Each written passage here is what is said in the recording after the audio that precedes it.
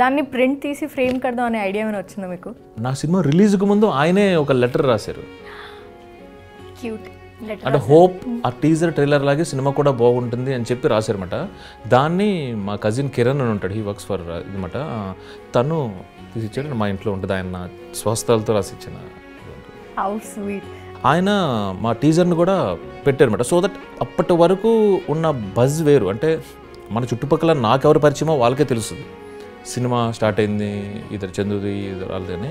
But ఆయన ఒక్కసారి వచ్చిన తర్వాత ఆయనకి నచ్చింది అన్న తర్వాత టీవీ ఛానల్స్ అన్నీ అది ప్లే చేయడం మొదలుపెట్టి దానికి ఎంత బజ్ వచ్చిందన్న దాని గురించి I'm not talking about it.